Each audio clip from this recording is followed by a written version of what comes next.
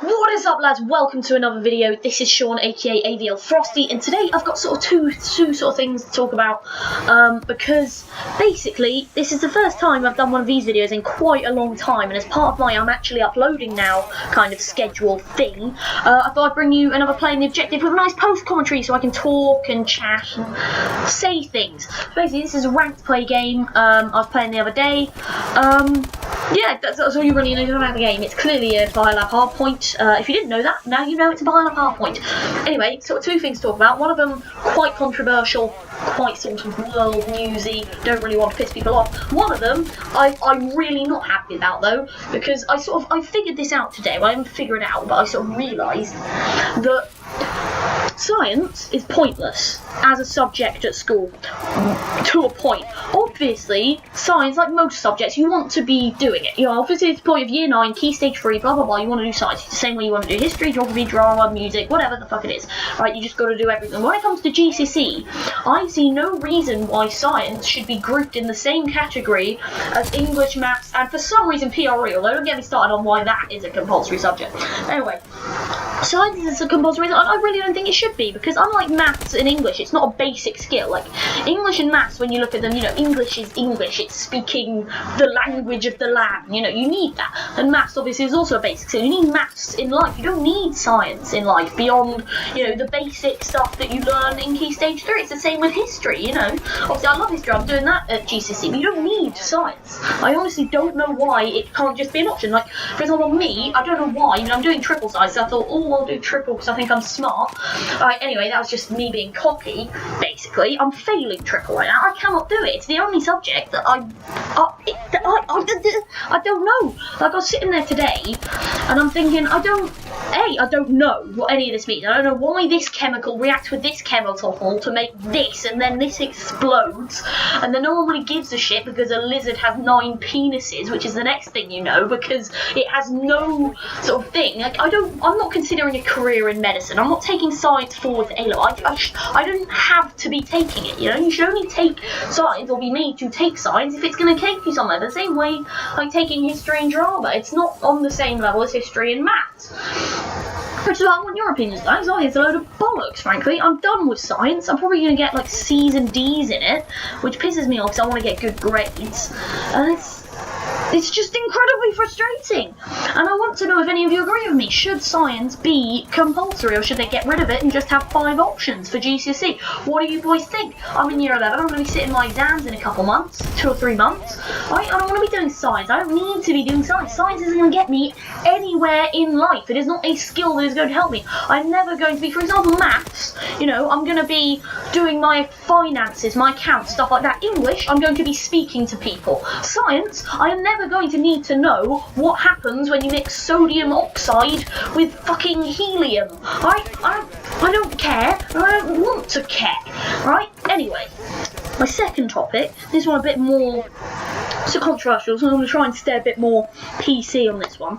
It's a bit of an old topic, something that's been sort of in the news for a while. I mean, it's maybe not even still in the news, but it's an ongoing situation. And I'm talking about Ched Evans, the footballer rapist person, right?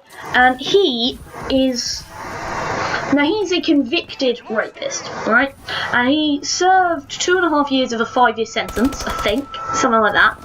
And he comes out, and he's obviously trying to get back into football. It's what he's done for his living before he went into jail, and he wants to do it again. Now, obviously, as you might expect, there's a lot of opposition to this, and he tried at first to go back to his old club, Sheffield United, and they wouldn't take him back. He tried to join Oldham, and he was on the brink of joining Oldham again. Sort of pressure from the fans has forced him to not go back. And there are lots of arguments in this, and I'm actually going to tell you how I weigh in. I want to present some sort of various facts. Now, you have 2 things. Firstly, Ched Evans maintains that he isn't guilty, right? Now, this doesn't mean he isn't guilty. Obviously, he's been tried and tried by a jury and found guilty, right? He's gone to jail, okay? So, but then at the same time, you've got to believe there's a slight chance he's not guilty. Now, I'm personally at the moment weighing towards him, and I think he should be allowed to carry on football career. And this is why. Because when someone goes to jail, the idea is if you have faith in your country's justice system, the idea is someone goes to jail and they come out, as long as they've not escaped, then they have served their sentence, if you will, and they have been rehabilitated, quotation marks. If you believe in your justice system, then that's what you should believe. And therefore, Ched Evans should be perfectly fine to let back onto the streets, and therefore he should be allowed to work. Okay? And I also believe that you look at people, if people come out of jail, there will not be any objection. I mean, there might be objection from the employees, maybe, if they look at your criminal record and go, meh. But, you know, there's going to be no reason why you shouldn't carry on as a, well, not a lawyer, actually, that would probably not be a great idea, but, you know, an accountant, a cashier, whatever the hell your job is, right? You'd probably be allowed to carry on. And now, the counter-argument to this, which you have to consider, is that Ched Evans, by being a footballer, he would be, you know, in a sense, a role model, which is obviously sort of where the line has to be drawn. Like, should he be allowed to be in a position where literally thousands of people will be watching him every week playing football?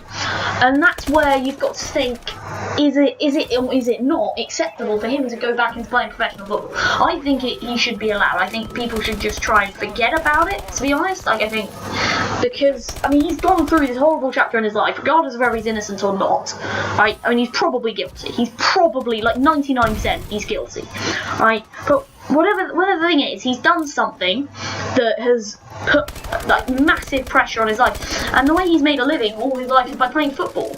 Like, how is he supposed to carry on if he can't go back to doing what he did before? Like, by saying that he cannot go back to work is like saying that as soon as someone goes to jail, they shouldn't be allowed to ever live a normal life again, which isn't how it works. The justice system is, you commit a crime, you serve a sentence of a certain amount of years. What you're essentially doing by stopping someone from going back to work after they come out of jail is saying, right, well, you've been in jail, but you're going to carry on serving a sentence for the rest of your life, because you're never going to be able to work, you're never going to be able to earn steady money, and you're never going to be able to support a family. Your life is done. It's essentially a life sentence of shit, right, after you come out. And I think that's wrong, right? So that's how I'm going to end this video. I'd love it if you put some thoughts in. I'm going to play a bit of music till the end. Thank you guys for watching. Goodbye.